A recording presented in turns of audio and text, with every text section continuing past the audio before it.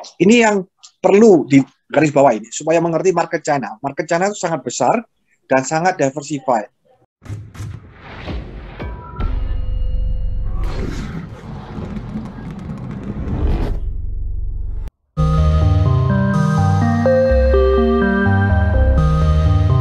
Bapak Leki Sutikno adalah selaku Chairman Indonesia Chamber of Commerce di China.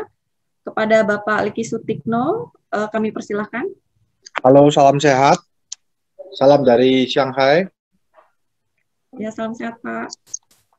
Bisa tolong materinya di-presentkan karena saya pakai mobile phone ini. Oke, langsung aja ke halaman 2 ya.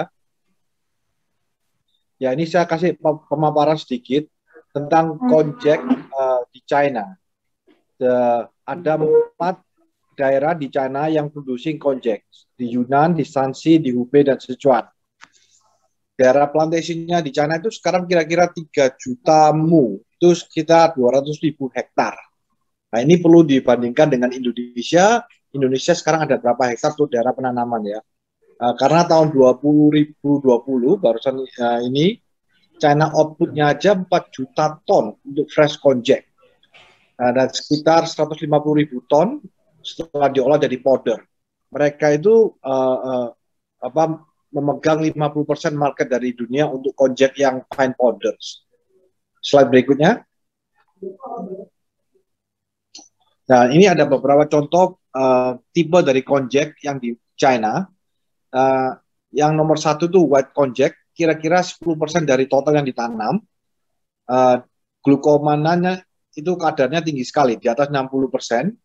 Yang kedua yang lebih populer, flower konjac, sekitar 85%. Kadar glukomannya 55-60%. Yang terakhir itu, ini bukannya terakhir ya, ada yang namanya box sama brown konjac. Ini mungkin yang lebih mirip sama Indonesia, cuma 5% dari jumlah yang ditanam, tapi kadar glukomannya rendah, di bawah 50% setelah diolah. Nah, ini harganya yang paling murah.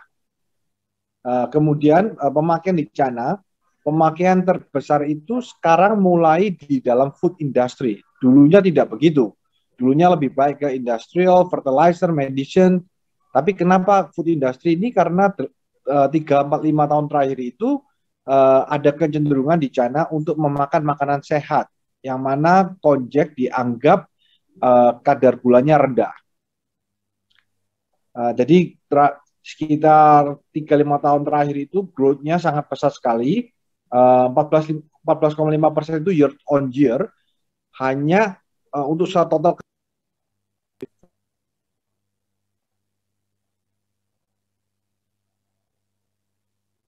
Mohon maaf, ke-mute Pak Leki.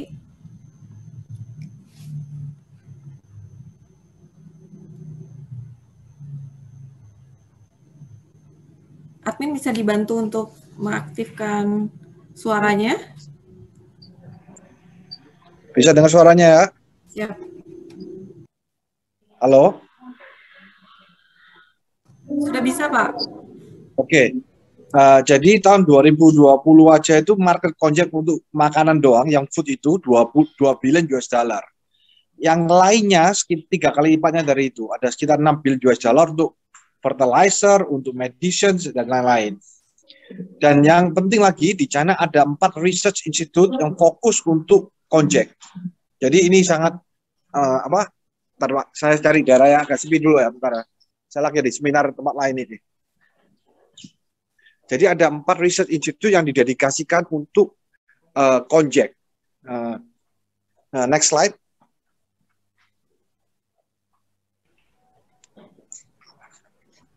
Oke. Nah, ini beberapa contoh standarnya konjac di China, konjac chip yang diterima di China.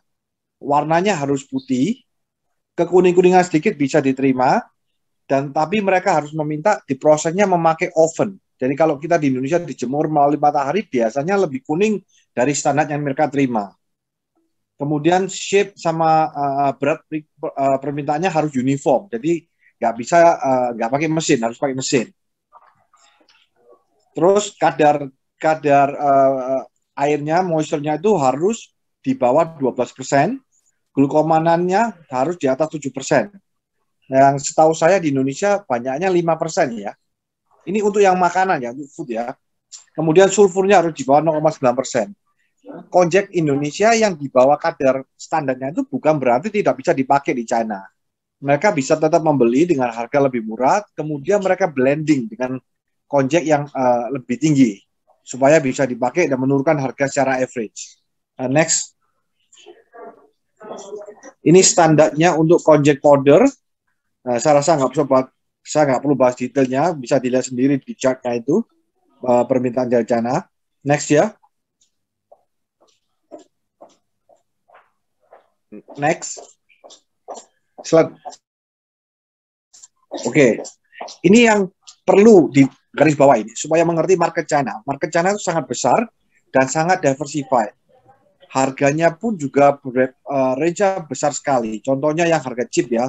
Harganya renminbi 30 sampai 80 per kilo, itu sekitar 60.000 sampai 160.000 per kilo. Yang pro powder 45 renminbi sampai 120 renminbi. Kualitinya ada spesifiknya dengan detail. Kalau nggak meleset, nggak memenuhi syarat, langsung di reject sama mereka. Prosesnya itu standarnya industrial, jadi prosesnya besar. Jarang sekali di China diproses secara individual atau level mungkin petani ya. Kebanyakan itu petani pun secara kolektif, mereka bergabung jadi satu, jadi jumlahnya besar. Dan mereka juga sangat berani untuk mengepul, dibeli dengan jumlah besar, kalau lagi panen raya, harganya turun, terus di stok sama mereka. Poin kelima penting, China itu skillnya seperti saya bilang industri, jadi mereka membutuhkan supplier continuity.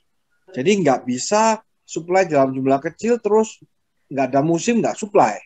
Jadi saran saya minimum setiap pabrik itu butuh supplier yang bisa menjamin supply mereka punya satu line, satu production line-nya mereka minimum satu shift. 5 hari bisa jalan per minggu, 50 minggu per tahun. Nah, ini kendala yang saya dengar di Indonesia banyak terjadi, banyak supplier di Indonesia nggak diterima di China atau kadang-kadang ordernya nggak dikasih ke mereka karena mereka nggak bisa menjamin supply sepanjang tahun. Dengan alasan Indonesia ada musimnya. Kemudian produksi konjek di China itu bukan hanya dijual di China, tapi dijual di pasar global. Jadi standarnya itu untuk global market. Yang ketujuh, di China itu food safety-nya sangat ketat. Jadi kalau untuk makanan,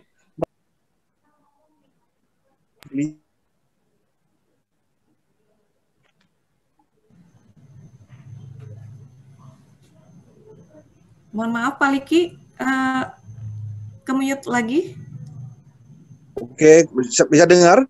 Ya, sudah Pak. Oke, tadi saya sampai di risk management ya. Jadi China mensyaratkan untuk ada traceability sampai di daerah produsennya itu. Jadi kalau kita cuma mengepul aja, tetapi tidak tidak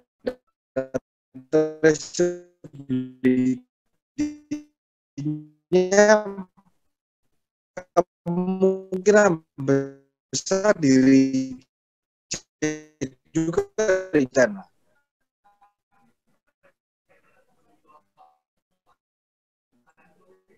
Bukan yang disebut.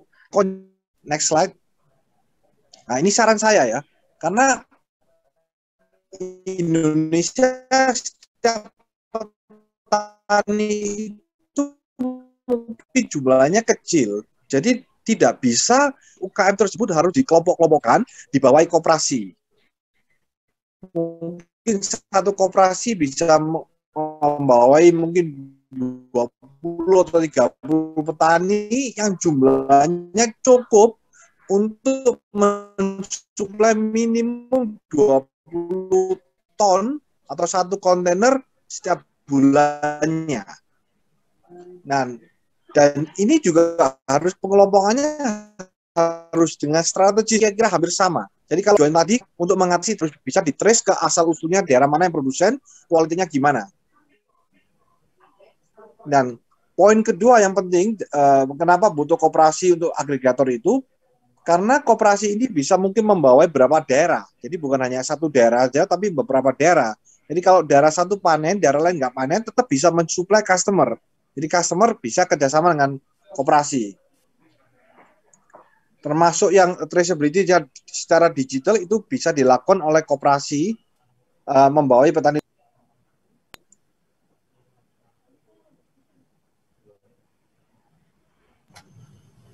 Mohon maaf, ke-mute lagi, Pak Liki.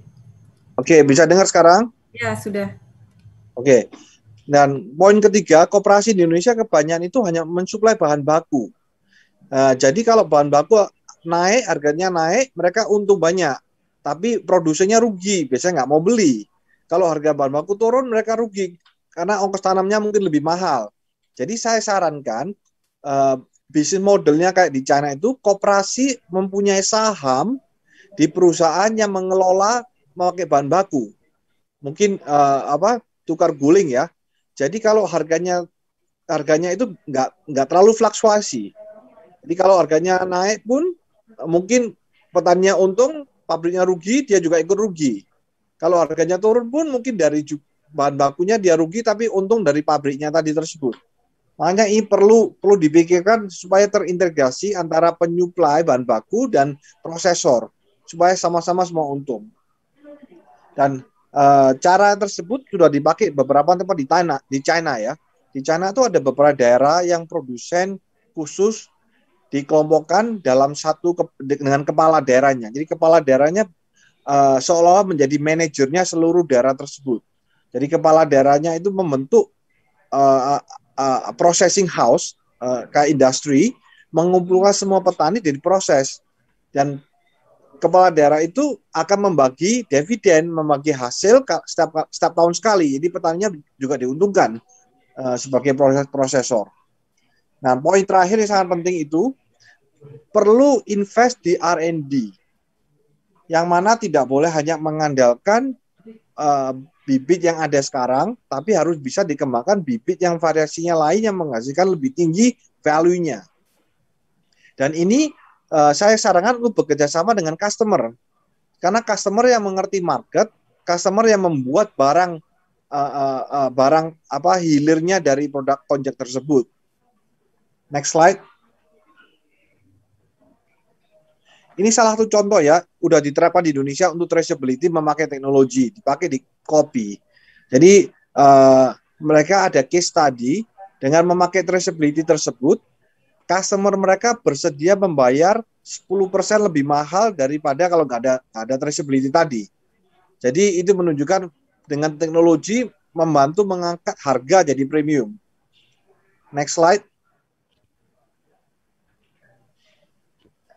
Nah, ini menurut saya yang pemerintah dan koperasi harus melakukan supaya mendorong terjadinya industrialisasi dari porang tersebut. Satu, policy yang ada harus mendukung ekspor, mempermudah ekspor. Harus dibuat standarisasi quality. Standarisasi quality bukan berarti seluruh Indonesia sama standarnya ya, tapi bisa dibuat standar dari per daerah. Jadi kalau menjual bisa kelihatan semua dari daerah tersebut standarnya sama, biar customer yang memilih sendiri. Poin kedua, harus ada roadmap pengembangan porang secara terintegrasi termasuk research di bibit, gimana meningkatkan yield, gimana cara memakai porang ini untuk bahan baku produk-produk yang lain. Dan ini di China sangat kuat sekali ya. Tadi saya bilang ada 4 university, 4 research center yang dedikasi khusus untuk menghasilkan produk-produk unggulan termasuk bibitnya. Dan kebanyakan mereka tuh dibuat KPI ditargetkan berdasarkan kayak bisnis ya, setiap tahun mereka harus menghasilkan peningkatan yield berapa persen gitu. Nah, kemudian poin ketiga yang sangat penting, harus ada pemetaan sentra produksi, supply planning. Kenapa ini penting? Karena kalau tadi slide pertama lihat, di China aja sudah tanam ratusan ribu hektar. 1 hektar mereka yieldnya kira-kira 20 ton. Nah, kalau demand-nya jauh di bawah supply, Indonesia juga ikut menanam. Dengan kata lain, tahun depan atau 2 tahun lagi akan oversupply. China tidak bersedia membeli harga sekarang, akan harganya turun.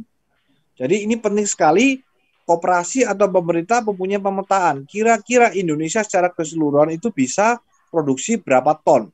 Mungkin nggak perlu semua daerah produksi, tetapi ditentukan aja daerah yang unggulan. Mungkin daerah yang paling yieldnya paling tinggi, itu yang produksi porang. Daerah lain mungkin produksi bahan baku lain atau barang agrikultur lain ya. Supaya tidak terjadi oversupply. Poin keempat, financing sama insurance untuk ekspor ini penting sekali. Jadi kalau terjadi reject dari customer, itu asuransi bisa membayar. Jadi petaninya tidak rugi. Demikian juga kalau petaninya butuh modal, asal ada kerjasama dengan buyernya, off-takernya sudah ada, mungkin bank bisa menguncurkan dana berdasarkan PO dari customer.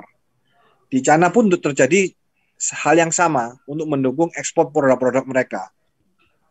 Kelima, proses hilirisasi di domestic market itu sangat penting. Jadi kita tidak boleh hanya mengandalkan ekspor. Karena kita lihat dari China aja ya, China juga produksi porang, juga industrial porang, mereka pun cuma 50% yang diekspor. 50% lainnya diserap di dalam negeri dengan cara membuat produk-produk dari bahan baku porang. Dan saya yakin Indonesia bisa ya, karena tingkat kasus diabetes di Indonesia juga tinggi, jadi mungkin bisa menggantikan nasi atau dicampur dengan nasi. Poin keenam, kita harus belajar untuk menjaga kesinambungan. Jadi kalau berbisnis dengan China karena volumenya besar, mereka biasanya nggak mau tahu bukan lagi musimnya, jadi kita nggak supply. Mereka nggak mau tahu. Mereka membeli dari seluruh dunia. Supplier yang bisa menyuplai secara berkesinambungan itu akan mendapat PO paling besar. Jadi saya yakin Indonesia bisa mulai merubah cara mindset untuk mengindustrialisasi penanaman porang, mungkin ditanam selingkeh di daerah mana panennya kapan, daerah mana kapan. Jadi dari Indonesianya itu eksporternya bisa.